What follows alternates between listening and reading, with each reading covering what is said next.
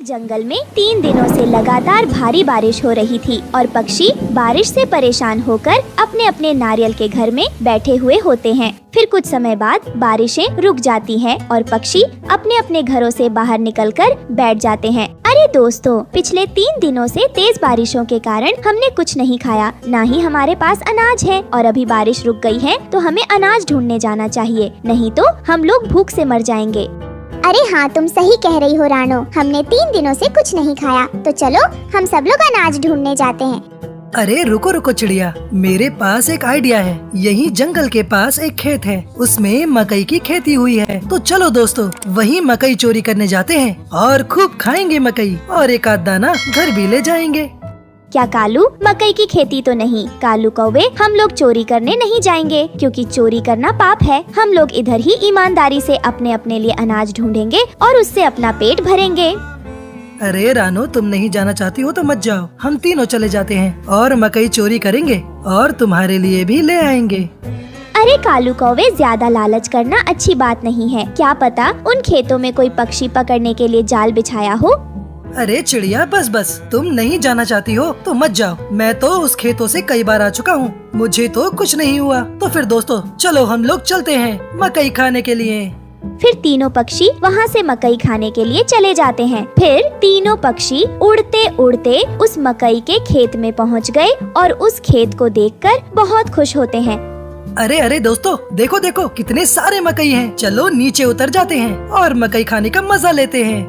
फिर तीनों पक्षी उस खेत में उतरकर मकई खाने लगते हैं। अरे वाह वाह कालू कौवे, तुमने तो कमाल ही कर दिया। क्या खेत है और मकई कितने मीठे मीठे हैं। खाने में तो मजा ही आ गया। मैं तो पेट भर कर खाऊंगी और घर भी ले जाऊंगी।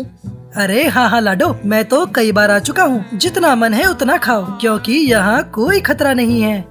फिर तीनों पक्षी मकई खाने में मगन हो जाते हैं और उधर से 2 चील चिल्लाते हैं। अरे अरे पक्षियों, तुम लोग यहाँ क्या कर रहे हो? अरे चील, दिख नहीं रहा है तुम्हें? हम लोग मकई खा रहे हैं। तुम भी खाओगे तो आओ। तुम तो मांस खाते हो, दाना क्या खाओगे? अरे पक्षियों, तुम लोग बहुत बड़ी गलती कर रहे हो। यह खेत हमारा है, इसमें मकई की खेती मैंने की है। तुम लोग यहाँ किससे पूछकर मकई खाने आए हो? अरे चील जी, ये तुम्हारा खेत है, हम लोगों को पता नहीं था। चलो तो ठीक है, अब हम जा रहे हैं। फिर दोनों चील एक दूसरे से चुपके से बात करते हैं। अरे अरे सुनो सुनो चील दोस्त, बहुत दिन हो गए हैं हमने किसी चिड़िया का मांस नहीं खाया है, तो इन लोगों को और मकई खाने देते हैं, फिर बहला फुसलाकर इन्हें मार कर खा जाएंगे। ओए ओए, ठीक कहा चील। इन लोगों को और लालच देता हूँ, फिर बाद में मार कर खा जाएंगे इन्हें और अपनी भूख मिटाएंगे। अरे अरे पक्षियों, सुनो, ये तो मेरा खेत है और जितना जी चाहता है उतना मकई तुम लोग खा लो, क्योंकि मैं कुछ नहीं करने वाला। खाओ पक्षियों, खाओ, पेट भर खाओ। फिर और क्या, तीनों पक्षी फिर से खाने में मग्न हो जाते हैं। वो उन दोनों चीलों की बातें में आ जाते हैं। फिर और क्या, दोनों चीलों ने जैसे सोचा था वैसे ही किए। उन दोनों ने तीनों पक्षियों को पकड़कर रस्सी से बांध दिया। अरे अरे चील जी, छोड़ो छोड़ो हमें। आपने तो ये बोला था जितना मन चाहे उतना खा लो, तो फिर आपने हमें क्यों बांध दिया? अरे अरे अरे चील, अरे अरे छोड़ो छोड़ो चील, हमें छोड़ दो, तुम तो अपनी बात से मुकर रहे हो। अरे कालू कौवे, अब कोई फायदा नहीं। अब तुम तीनों पक्षियों को हम दोनों चील तुम्हें मार कर खा जाएंगे। तुमने वैसे भी हमारा कितना मकई खाया है, तो उसका हिसाब भी तो चुकता करना होगा। फिर दूसरी तरफ राणो चिड़िया को अपने दोस्तों की चिंता हो रही थी। अरे अरे, बहुत देर हो गई है पर ये तीनों दोस्त अभी तक नहीं आए, कुछ तो गड़बड़ है। फिर राणो चिड़िया उड़ते उड़ते वो मकई के खेत के पास आती है और देखती है, अरे बाप रे, ये रहे तीनों दोस्त। किसी ने रस्सी से बांध के रख दिया है इन्हें। मुझे तो लगता है कि ये लोग चोरी करते पकड़े गए, तभी इन लोगों को बांध कर रख दिया है। चलो मैं जाती हूँ इन लोगों को छुड़ाने, आखिरकार है तो ये सभी मेरे दोस्त। फिर राणो चिड़िया वहाँ जाकर उन सब की रस्सी खोल देती है। फिर तुरंत वो सभी पक्षी वहाँ से भाग जाते हैं। रानो बहन, तुमने तो हम लोगों को बचा लिया, नहीं तो आज वो दोनों चील हमें खा ही जाते। अच्छा, मैंने तो पहले ही बोला था कि चोरी करोगे तो फंस जाओगे। हाँ राणो बहन, मैं तो कभी भी चोरी नहीं करूँगी। आज तो बाल बाल जानी बची हैं। इस कालू ने मरवा ही दिया होता आज हम सबको। वो तो आप सही समय पर आ गई और आपने हमारी जान बचा ली। आपका बहुत बहुत धन्यवाद। फिर सभी पक्षी अपने घर चले जाते हैं।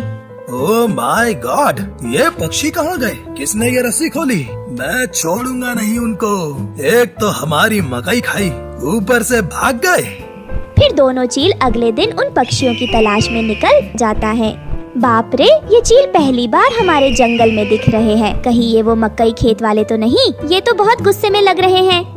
छोटे, कहीं नजर नहीं आ रहे पक्षी? कैसे पता लगाया जाए उनका?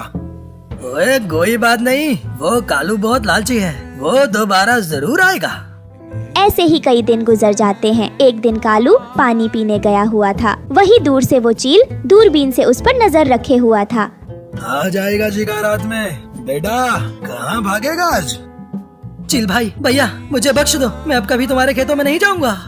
खेतों को छोड़, तू तो अब मेरे पेट में जाएगा। जैसे से ही चील उस पर झपटा मारता है, वो कौवा वहाँ से भागने लगता है। कौवा आगे आगे और चील पीछे पीछे। वो भागकर सीधा अपने नारियल के घोंसले में घुस जाता है। चील उस नारियल घर को तोड़ने की बहुत कोशिश करता है, मगर वो तोड़ नहीं पाता। ये तो बहुत मजबूत घर है। नारियल का है। बच गया आज फिर। वो चील थक हार कर वहाँ से चला जाता है। फिर कालू सीधा राणो चिड़िया के घर पर जाता है।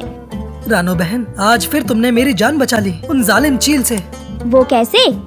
वो आज चील मेरे पीछे पीछे मेरे घर तक आ गए थे। वो तो शुक्र है तुम्हारा जो तुमने नारियल का घोंसला बनाने की सलाह दी थी, नहीं तो आज मैं चील महाराज के पेट में होता।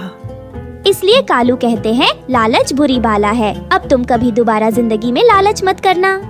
तो दोस्तों, ये थी आज की कहानी। इस कहानी से हमें ये सीख मिलती है कि हमें हमेशा समझदार लोगों की सलाह जरूर लेनी चाहिए, क्योंकि अच्छी सलाह आपका बड़ा नुकसान होने से बचा सकती है और कालू की तरह आपकी जान भी।